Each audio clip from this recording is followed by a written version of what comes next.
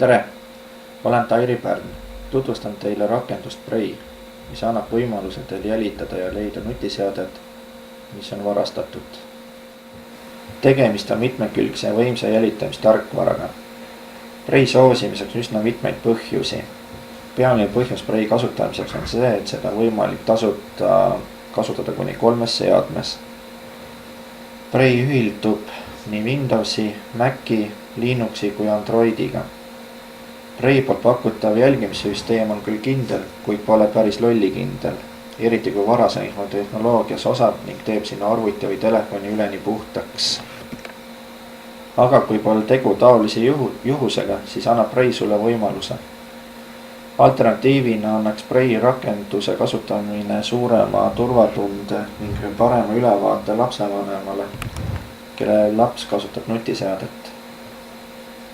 Järgnevalt väike ülevaade sellest, mismoodi Prei toimib ja kuidas see võib säästa sinu kulutusi uuele nutiseadmele. Prei kasutamiseks peame kõigepealt minema rakenduse kodulehele. Selleks on siis preiproject.com.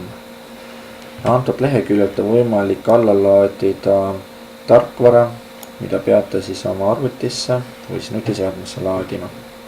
Ning pärast seda peaksime tegema siis omale konto, minnes siia. Olles loonud konto, siis logime keskkonda sisse.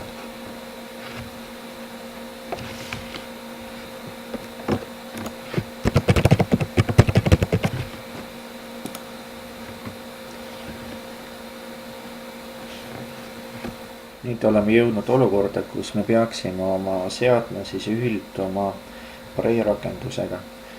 Kuna eelnevalt juba olen omale tarkvara alla laadinud avalehe pealt, siis kes seda juba teinud ei ole varasemalt, siis peaksite kasutama seda nuppu ning otsima siis omale vastavalt operatsioonisüsteemile tarkvarapaketi.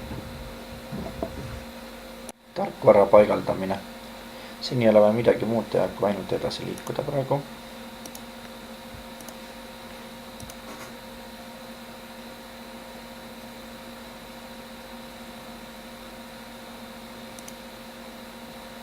Nii, nüüd on selline olukord tekkinud, et kui me oleme esmane kasutaja, siis me peame looma siit selle kaudu endale uue konto või siis kui me oleme juba eelnevalt rakenduse kodulehele konto juba loonud, siis kasutame seda valikut.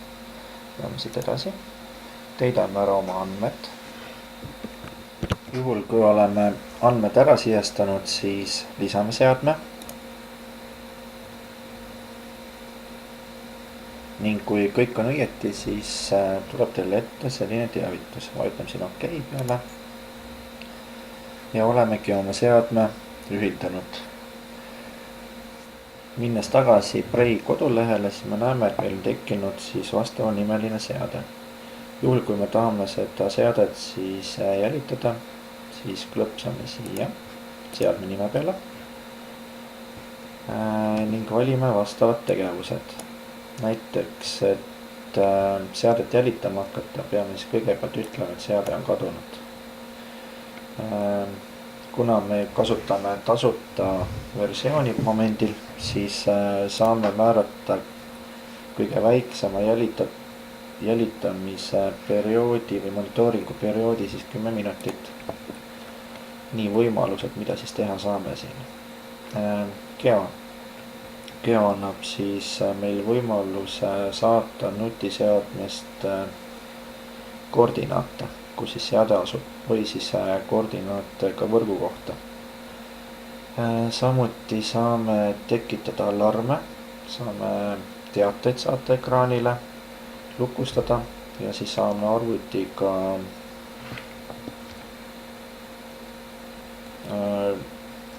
arvutist või seadmes siis oma tähtsaid dokumente siis ära kustutada eemalt olles. Samuti siis saame jälgida sessioone, vaadata muutusi, mida tehtud on ning lülitada sisse veebikaamera, et saada ettekujutus siis jälitatavast. Nagu nägite, on antud rakendus oma olemuselt päris võimas, kuid esineb ka mõningaid puudusi. Üks neist on see, et rakendus vajab jälitatava seadme vahel andmesidet. Juhul kui see puudub, siis seadet kätte ei saa. Teiseks miinuseks võib välja tuua ka selle, et kui kurikaeg on infotehnoloogiliselt piisavalt pädev, siis on tal võimalus rakendus seadmest ära kustutada või siis ära blokeerida ning kahjuks ka see meile tulemust ei anna. Kuid me oleme omalt poolt siiski teinud kõik või vähemalt midagigi, et oma seadet kätte saada. Nii et edukat kasutamist!